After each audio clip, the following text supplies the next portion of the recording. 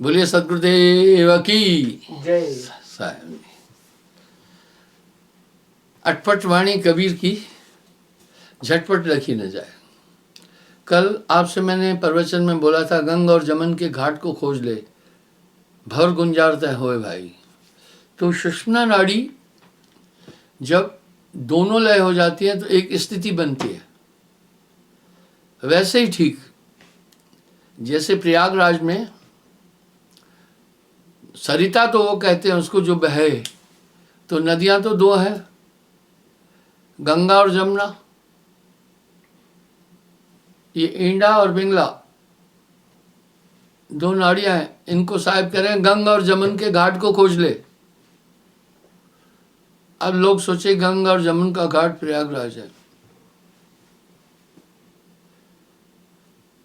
हाँ, गंगा और जमुन के घाट को खोज ले, भंवर गुंजार जय होए भाई। जहां भंवर गुंजार हो रही है, इसलिए ईंडा पिंगला ये गंगा और जमुना है, ये दो नाड़ियां हैं।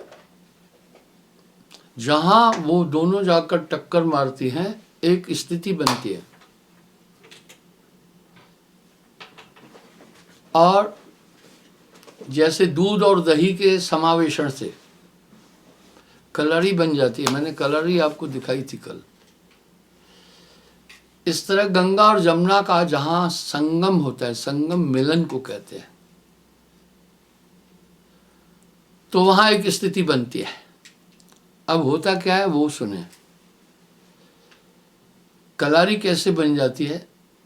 दही और दूध, दूध को गर्म नहीं, दूध से कई पदार्थ बनते हैं। खोआ बन जाता है, पनीर बन जाता है, क्रीम बन जाती है, मक्खन बन जाता है, विविध पदार्थ दूध से बनते हैं। लेकिन ये कलारी ओनली रामनगर जिला उधमपुर में बनती है। ये कैसे बनती है? गुनगुने दूध में दही डाल देते हैं और यूं फेंटते हैं बहुत स्पीड से, धीरे धीरे धीरे धीरे, ऑटोमेटिक एक प्रक्रिया होती है। दूध दही के संपर्क के बाद एक फ्लेवर बना देता है गाढ़ा सा, वो निकाल कर कपड़े में रखते हैं, निकालते जाते हैं और ऐसे हिलाते जाते हैं, वहाँ एक कपड़े में रखते हैं, फिर कपड़े में उसको बांध देते हैं, उसका पानी चू जाता है और एक फ्लेवर कलारी बन जाती है। अब कलारी क्या है? न तो दूध है न तो दही है। इसी तरह गंगा और जमुना का जहाँ संगम होता है, वहाँ एक परिस्थिति बन जाती है। मैंने कल भी बताया था। इसलिए मल्लाह लोग जो प्रयागराज स्नान के लिए जाते हैं, उनको नाव में ले जाते हैं। जो प्रयागराज का स्नान है वो घाट पर नहीं है, जहां दोनों नदी आकर टक्कर मारती है। मल्लाह लोग जानते हैं उस जगह की स्थिति बदलती रहती है, क्योंकि सर्दियों में दोनों नदियों में पानी कम हो जाता है। गंगा जी में भी जो पानी आ रहा है वो बर्फ का आता है, गंगोत्री से, ये ऋषिकेश के ऊपर है। जमुना जी में जो पानी आता है वो भी जमुनोत्री, एक ही ग्लेशियर से आता है। दोनों की दिशाएं यूं हो जाती है। मान लीजिए एक ग्लेशियर है,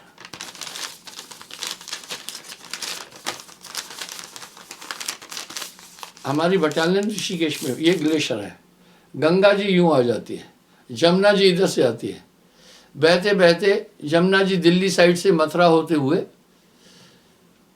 और मोधा के साइड से होकर के इलाहाबाद में पहुंचती है, और गंगा जी कानपुर से होते हुए वो जाकर प्रयागराज में पहुंचती है।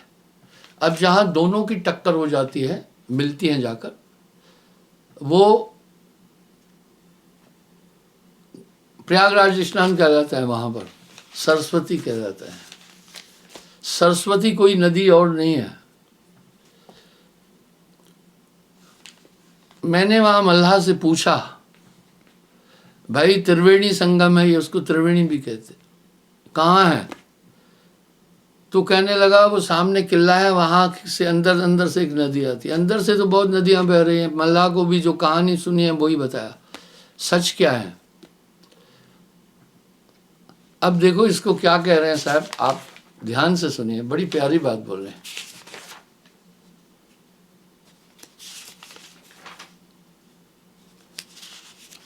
गंग और जमन के घाट को खोज ले,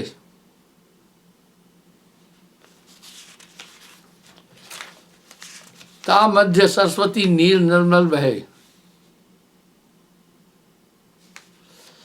बड़ा साफ कह रहे हैं, सुरत और निरत मन पवन को पलट कर, कंसंट्रेशन, निरत हमारे बाकी शरीर के अंगों को चलायमान करते हैं। सुरत और निरत मन पवन को पलट कर गंग और जमन के घाट आने। ये है गंग और जमन का घाट। पांच को नाथ कर, अब क्या कह रहे हैं? पांच को नाथ कर, पांचों तत्व से बाहर निकल जाएगा। सात सोहंग लिया, सोहंग श्वास को कह रहे हैं। अधर दरिया आपका सुख बन है। अब लोग नहीं समझ पा रहे हैं तो कह रहे हैं कबीर साहब ने अटपटा बोला। अरे भाई अटपटा नहीं बोला है, कुछ रहस्य है उन्होंने छोड़े ताकि गुरुजन इसको समझाएं। कहे कबीर सो संत निर्भय रहा रहे, जन्म और मरण का भरम माने। वो संत निर्भय हो। इसका मतलब क्या हुआ? पूरी शरीर की हमारी ऊर्जा श्वास है। अब ये श्वासाएं पलट गई। फिर एक शब्द में आगे साहब क्या बोल रहे हैं?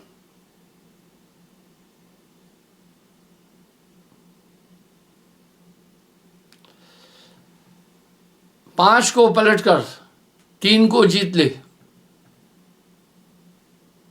महल चौथे की खबर जानी। पांच को क्या पलटा? पांचों तत्व। हम सब एक बात ठीक से जानते हैं कि हमारा शरीर श्वासों पर है। ब्रह्मानंद जी ने इस पर एक अच्छा शब्द कहा है,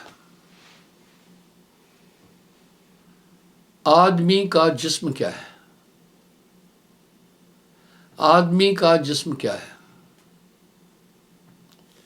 जिस पे सैला है जहां। आदमी का जिस्म क्या है? जिस पे सैला है जहां। एक मिट्टी की इमारत, महज एक मिट्टी की इमारत है ये जिस्म। आप देखते हैं प्राण निकल जाने के बाद मिट्टी तो है। आदमी का जिस्म क्या है? जिससे सैला है जहां, इसी से दुनिया अनुभव हो रही है। हरि है। एक मिट्टी की इमारत, एक मिट्टी की इमारत, एक मिट्टी का मकान। खून का गारा है इसमें। जब मकान बनाते हैं तो ईंट और गारा चाहिए। खून का गारा है इसमें, ईंट इसकी हड्डियां। चंद श्वासों पर खड़ा है। ऐ ख्याले आसमां, मौत की पुरजोर आंधी आन जब टकराएगी तो टूट करके ये इमारत खाक में मिल जाएगी, खाक में मिल जाए। साहब भी कह रहे हैं आखिर ये तन खाक मिलेगा। 4 दिना का खेल है। ये 4 दिन क्यों कहा? पहला दिन है बचपन,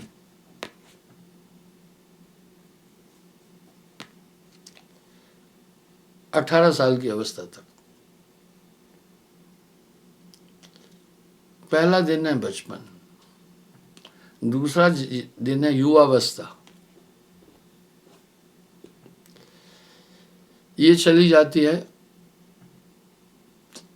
युवावस्था,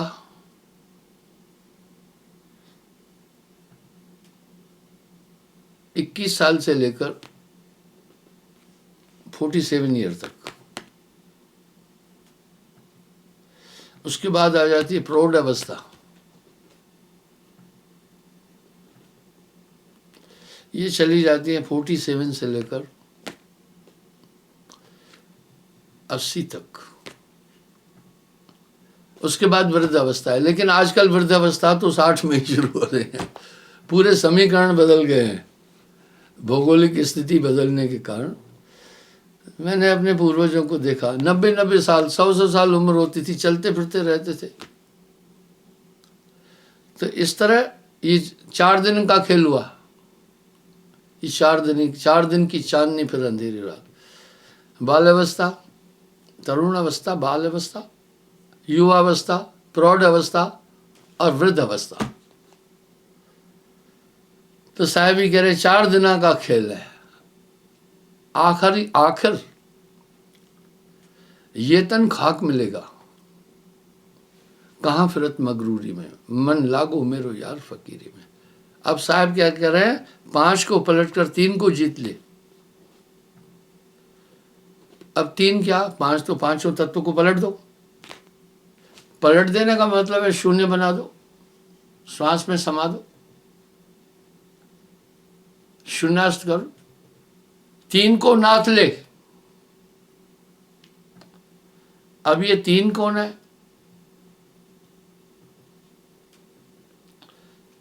रज तम सद्गुण। इनका क्या प्रभाव पड़ता है वो सुनो।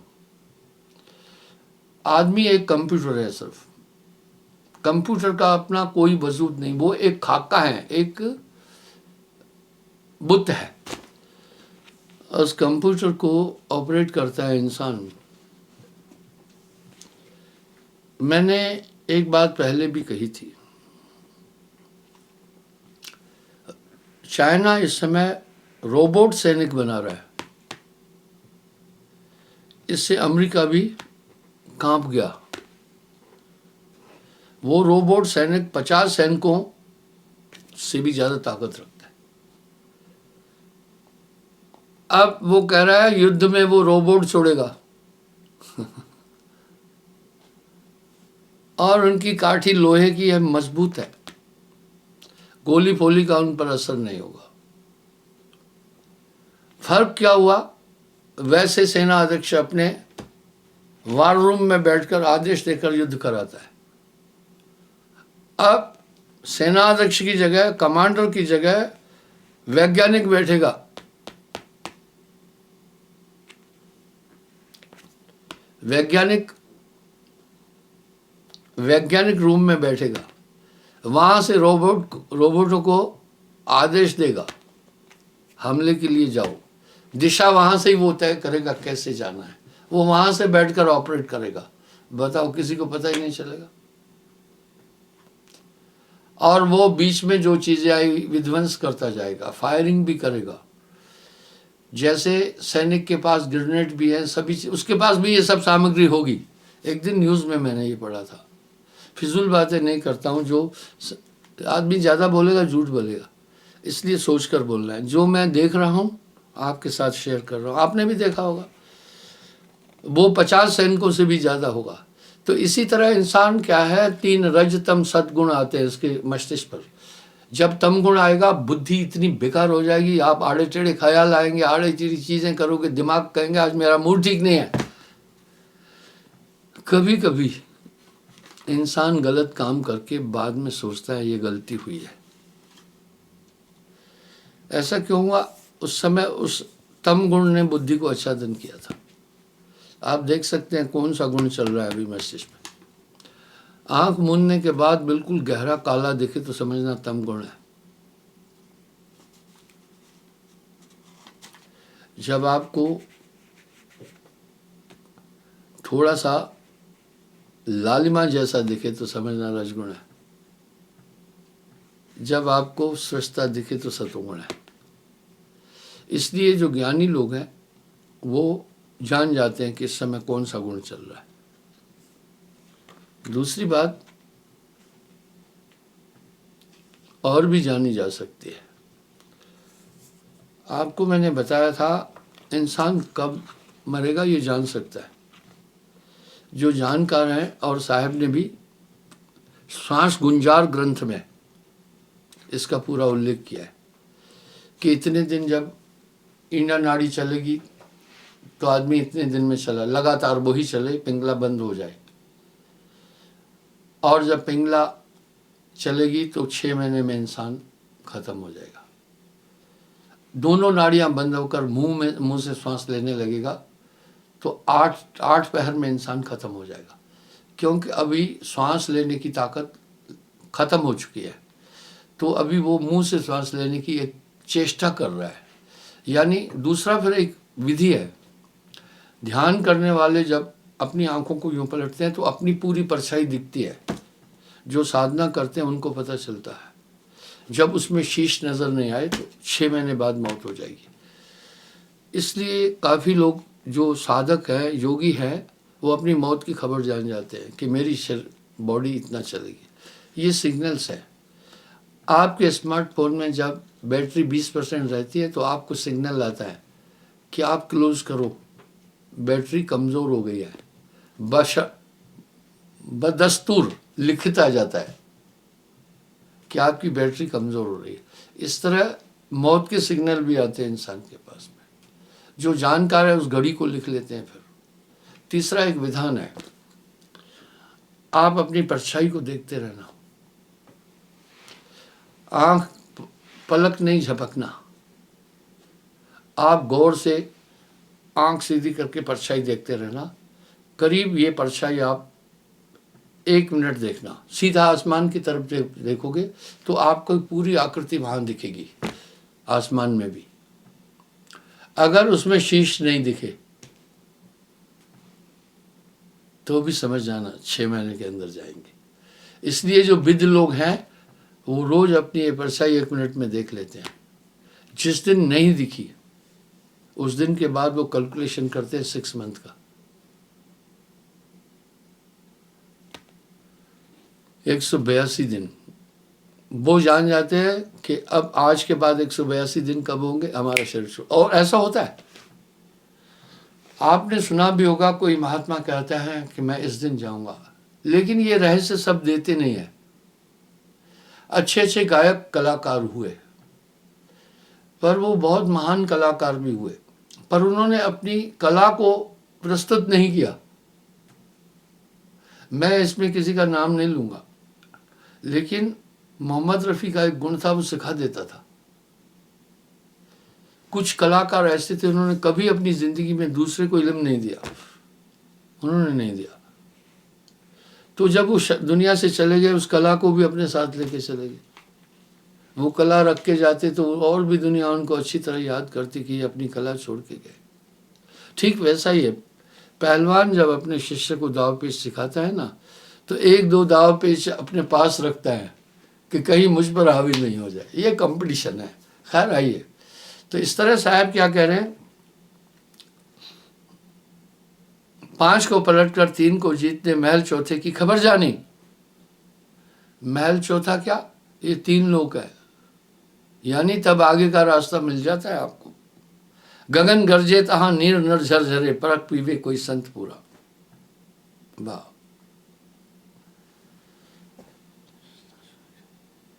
गड़ा निशानता है शून्य के बीच में, उलटकर सूरत फिर ना ही आवे। लोहा चुंबक प्रीत है,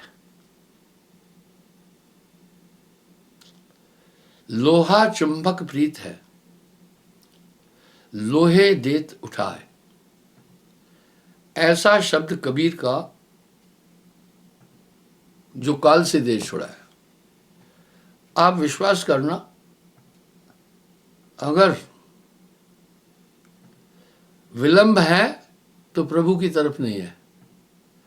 अरे भाई, आप नाव आपको पार कराएगी, पर घाट पर तो जाओ। आप घाट पर नहीं जा रहे तो नाव क्या करेगी। आपके पास टिकट है, आपको जहाज गंतव्य तक पहुंचाएगा, लेकिन आप एयरपोर्ट पर ही नहीं पहुंचे तो फिर जहाज की कोई रिस्पॉन्सिबिलिटी नहीं है। आप बस में जाना है, आपके पास बस की टिकट है, आजकल तो टिकटें पहले बन रही है। अगर आप बस स्टैंड पर ही नहीं पहुंचे, टिकट किस काम की है फिर? अभी यहां साहब एक तनाजा कर रहे हैं और तकाजा कर रहे हैं, गुरु बेचारा क्या करे, क्या करे, पारस बेचारा क्या करे, बेचारा बोल दिया, चारा कहते रास्ते को जिसको कोई रास्ता न मिले। अब गुरु को परमात्मा का रूप कहने के बाद साहब बेचारा भी कह रहे हैं, पारस बेचारा क्या करे जब लोहा कोटा होए। अगर लोहे पर जंग लगा है तो पारस उसको कभी सोना नहीं बना सकता। पकड़ कर नाम का झाड़ू सफा कर हुजरे है दिल को। इसलिए सुमरण आपकी गंदगी को साफ करेगा, हृदय को शुद्ध करेगा। जंग साफ करो, यही सिद्धांत लिल्लारों के पास है। जो रंगरेज है वो कभी भी गंदे कपड़े को रंग नहीं चढ़ाते। मैंने एक रंगरेज से पूछा, वो सीधा पहले कपड़े को देखता है, इसमें मैल तो नहीं। मैंने पूछा भाई आप कपड़े को साफ क्यों बोलते हैं? बोला हमारी जो रंग है उतरने वाला नहीं है, शाही रंग छुड़ा के दिया मजीठा रंग। साहब कह रहे सदगुरु मोर रंगरेज चुनर मेरी रंगरारी, हमारा रंग पक्का है, लेकिन भाई कपड़ा मैला होगा तो रंग हमने मैल पर ही चढ़ाया ना, तो जब धोएंगे तो मैल तो छूटेगी, तो चित कबरा हो जाएगा, वहां से रंग हट जाएगा, हमारी कला बेकार हो जाएगी। अंधे आगे नाच कर कला आकारत जाए। साहब ने हर एक शब्द पर बात की है अपनी। इसी तरह जिस बर्तन में टोए टिब्बे हैं, बर्तन अक्सर माइयां गिरा देती है। मैं बर्तन गिरने से बहुत बुरा मानता हूँ।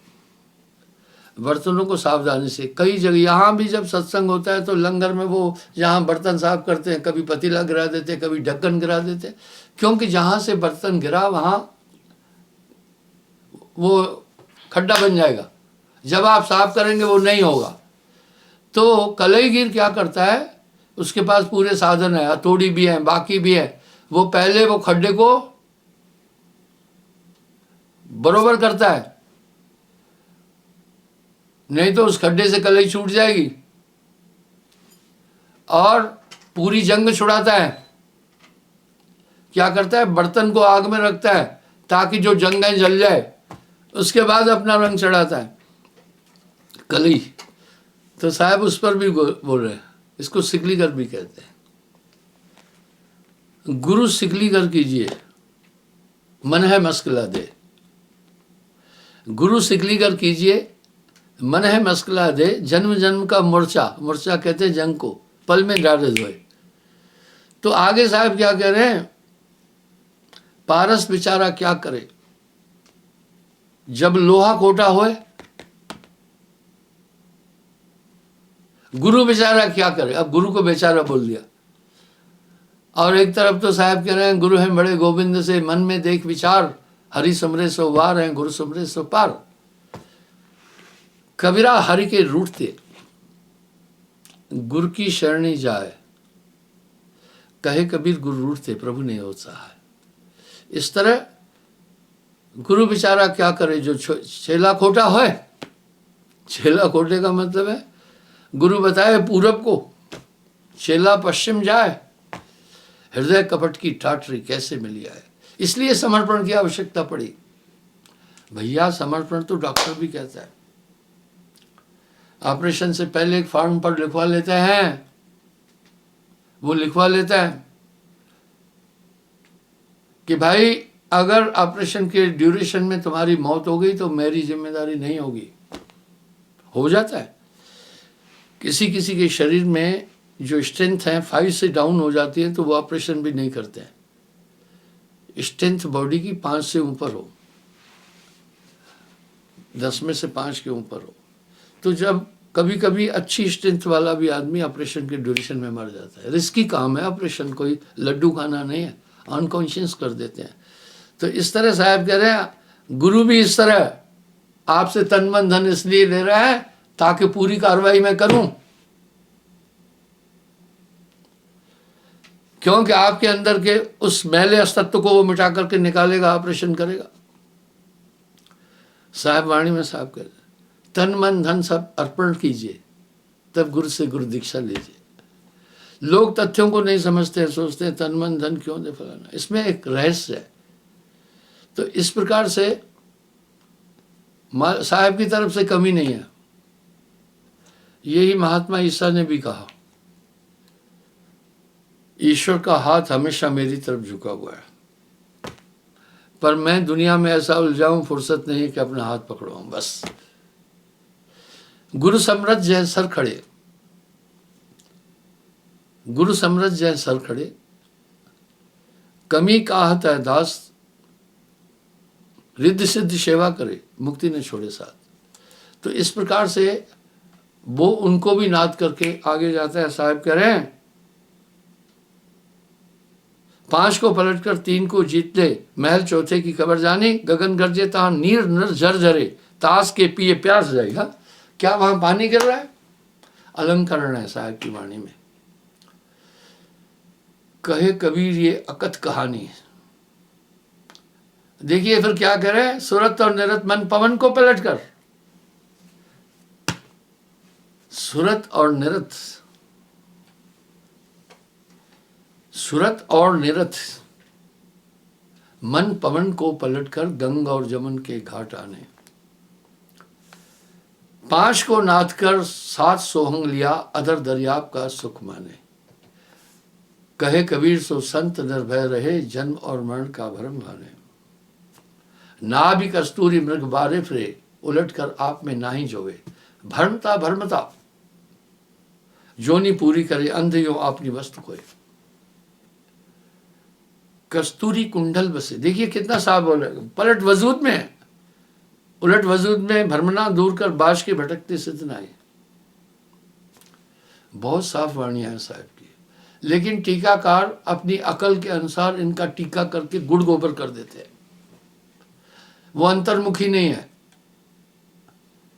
बिन देखे उस देश की बात करे सो कूड़, बिन देखे उस देश की बात करे सो कूड़। आप तो खारी खाते बेचत फिरे कपूर। इस तरह साहब कह रहे हैं जब वहां कोई कहे कबीर कोई संत जोहरी, वो मीराबाई कह रही है, तब मैं अपनी राह पछाणी। यहां साहब फिर कह रहे हैं कुंजी बताए दूं मैं, ताला खुलन की करो रे जतन, सखी साहेब मिल। आगे क्या कह रहे हैं, उठे झनकारता है नाद अनाथ दुरे त्रिकुटी महल में बैठ छाजे, नाम की नेत कर चित्त को फेरना, तत् को ताय कर घृत लिया। कहे कबीर सो संत न रहुआ, परम सुख धाम तय लाग जिया। गड़ा निशानता शून के बीच में उलट कर सूरत फिर नाहे आवे, दूध को मत कर घृत न्यारा किया, बौर फिरत कर में नाहे समावे। कह रहे हैं जैसे एक बार दूध को दही बनाकर घी मत लिया, मक्खन निकाल दिया, फिर वो नहीं समाएगा उसमें। आप उस मथे हुए मक्खन को कितना भी तोड़ तोड़ करके उसमें घिस लेना, नहीं जाएगा। इसलिए आत्मज्ञान के बाद मनुष्य को, अब यहाँ साहब आत्मज्ञान की बात कर रहे हैं, वस्तु कहीं ढूंढे कहीं, कहवित आवे हाथ, कहे कबीर भेदी लिया तो पल में देता खात। मैं अक्सर एक बात कहता हूँ, ध्यान भजन की बात कोई पूछना बहुत कम लोग आते हैं। कहे कबीर मैं किसको समझाऊं, सब जग अंधा, सबको लगा है पिटवा का धंधा। काल का जीव माने नहीं, मैं कोटिन कहूं बुझा है, मैं खींचूं सतलोक को, ये सीधा जमपुर जाए। अपनी व्यथा बता रहे हैं साहब, मैं आया इस लोक में, मैं आया इस लोक में, फिरा गांव की खोर गली गली घूमा, ऐसा जीवड़ा ना मिले जय दीजे फटक पछोड़, ऐसा कोई ना मिला। अपनी व्यथा बता रहे हैं साहब। जा से कहिए रोए, जा से कहिए भेद को, वो सिर बैरी होए। यहां साहब क्या करें, ऐसा कोई नहीं मिला रो, यानी अपना तो मैं बात करूं, जिससे उस देश की बात की कि ये तो सपना है, वो बैरी हो जाता है, कहता है नास्तिक नंबर 1, कुछ नहीं मान रहा है। ये निरंजन का खेल इतना निराला है। मैंने एक बार पहले भी कहा है, ये मन आपको बाहर से भी दिक्कत देगा, अंदर से भी देगा, शरीर से भी देगा, और रिश्तेदार नातेदार दुनिया के लोगों से भी देगा, और अंदर से भी। सुखमन मध्य बसे निरंजन, मूंदा 10वां द्वारा, उसके ऊपर मकर तार है, चढ़ो संभार संभारा। तो साहब कह रहे हैं जैसे एक बार अगर दूध को मथ कर घृत न्यारा किया, फिर करता है मैं ना समाई, फिर वो खावता पीवता जागता सोता, कहे कबीर सो रहे माई। वाह। फिर तिलों से अगर तेल निकाल दिया, फिर वो तिलों में नहीं समा सकता। इस तरह जब ये आत्मा अपने स्वरूप को प्राप्त कर लेती है, फिर इसमें नहीं समाती है, इसे मंजूरी नहीं होता है, स्वीकार नहीं होता है। वो जान जाती है ये मलमूत्र से, विषय विकारों से भरी देही है, उसने अपना लक्ष्य सीधा कर लिया। तो इसलिए इस तरह से ये सुमरण जो है श्वासों श्वास का, श्वास श्वास प्रभु सुमरण ले, ये रहस्य है। इसको कोई बात ही नहीं कर रहा है, अंतर कैसे प्रवेश करना कोई नहीं बात कर रहा है। तो बंधुओं, इस तरह सुमरण बहुत बड़ी चीज़ है। साहब फिजूल बातें नहीं किए, जब तब संयम साधना सब सुमरण के माँ है। कबीर जाने संत जन, सुमरण सम कुछ ना है। क्षमा चाहता हूँ, समय हो रहा है, कल मैं पुनः हाजिर हो जाऊंगा साहब।